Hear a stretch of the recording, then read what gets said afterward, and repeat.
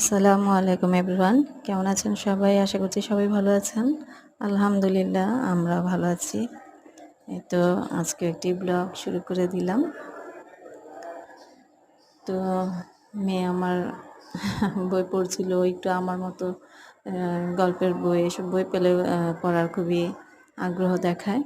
আমি ছোটোবেলায় খুব এমনই করতাম, গল্পের বই, বিশেষ করে ভূতের বই, হরর পড়ার জন্য একবার উৎসুক হয়ে থাকতাম। ওকে বলতেছি যে এত পড়ার প্রয়োজনে, যেহেতু তোমার মাথার সমস্যা হলো, ওর মাথাতে পেইন হয় প্রায়। তো এখানে ওকে আমি একটা নাস্তা করে দিলাম। তো এখন রান্না বান্না করার পালা। এখানে আমি একটা মুরগি নিয়ে নিলাম। এখানে আস্ত একটা মুরগির মাংসই আছে। তো এটাকে আমি এখন রান্না করে নিব।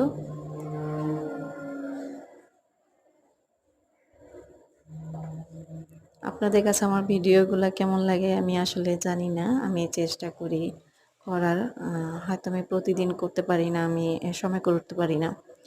আর আমার সত্যি কথা বলতে আমার ফ্যামিলির কেউ এগুলা ভিডিও করা পছন্দ করে না। এই জন্য আমি কাউকে এটি শেয়ারও করতে পারি না। আপনাদের সাথে শুধু শেয়ার করি। তো এখানে তো মাংস ভালো করে আমি ভেজে নিয়েছিলাম প্রথমেই পেঁয়াজের সাথে, তারপর ভালো করে কষিয়ে নিচ্ছি। আমি তো ব্রয়লার মাংস সবসময় ভেজে নিই, পেঁয়াজের সাথে ভালো করে ভেজে নিয়ে তারপর মশলা কষিয়ে রান্নাটা করে নিই। এই তো আমার লিও পাখি বসে আছে অন্ধকারে। আমার আরেকটা ছেলে ছিল, মানে আমার একটা বিড়াল ছিল, টাইগার। ওকে আমি একটা কারণবশত আরেকজনের কাছে দিয়ে দিয়েছিলাম। সো এখানে তো আমার রান্নাটা হয়ে গেল। এখান থেকে আমি আবার এই যে ফ্রোজেন করে রেখে দিব,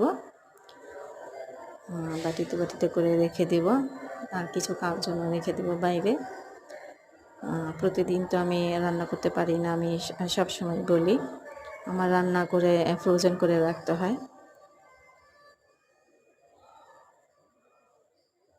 তো সবাই আমার পাশে থাকবেন।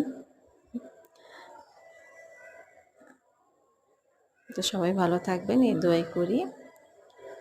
আসসালামু আলাইকুম।